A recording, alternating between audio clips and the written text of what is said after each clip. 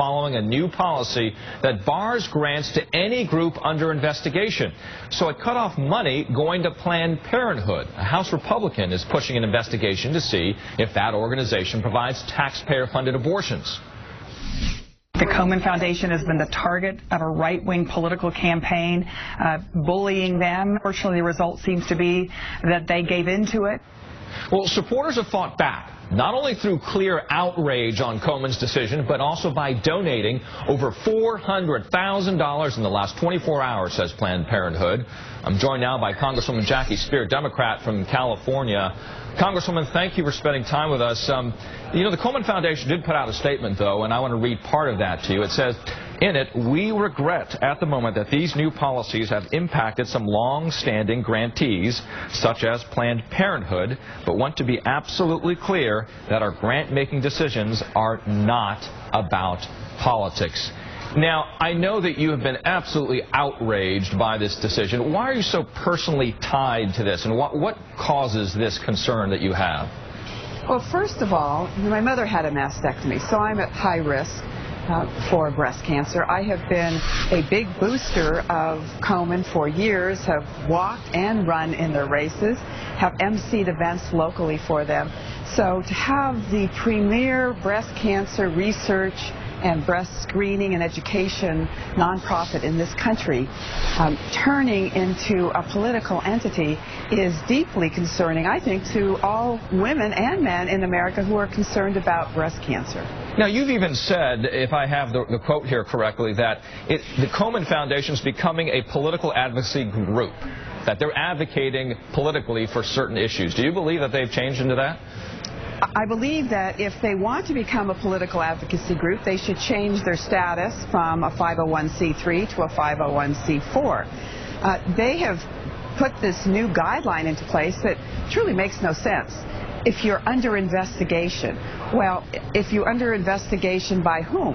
By the Congress of the United States, who really makes it a regular part of our operation to call individuals to Congress to talk to us about it. You know, Congressman, some critics have said that because the founder has strong Republican ties, that might have something to do with this. Well, she certainly is a longtime supporter of the Republican Party, was an ambassador under the Bush presidency to Hungary, I believe, and put that aside. I've known that she's been a Republican all these decades that I've been engaged with the organization.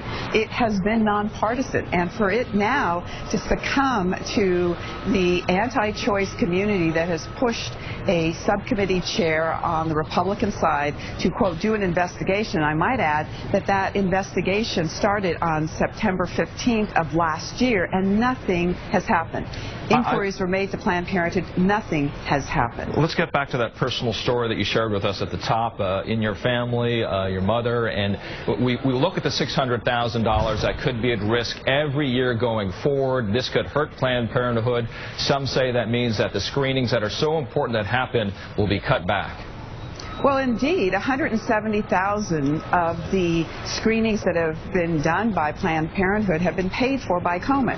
Now, these are to women who are either low income and don't have Medicaid, or women who are unemployed and have lost their health insurance, or young women in college who have no access to health insurance.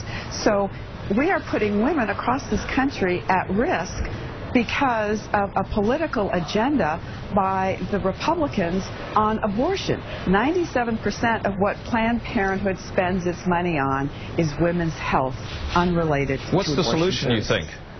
Well, I think the solution is either Komen steps back from this position, or that we empower other breast cancer profits in this country to pick up the slack and send our money to those organizations that are going to stay wholly focused on breast cancer and not be impacted by other issues that are extraneous. And based on those donations in the last 24 hours, that slack may be made up. We'll see what happens. Congresswoman Jackie Spear, thank you.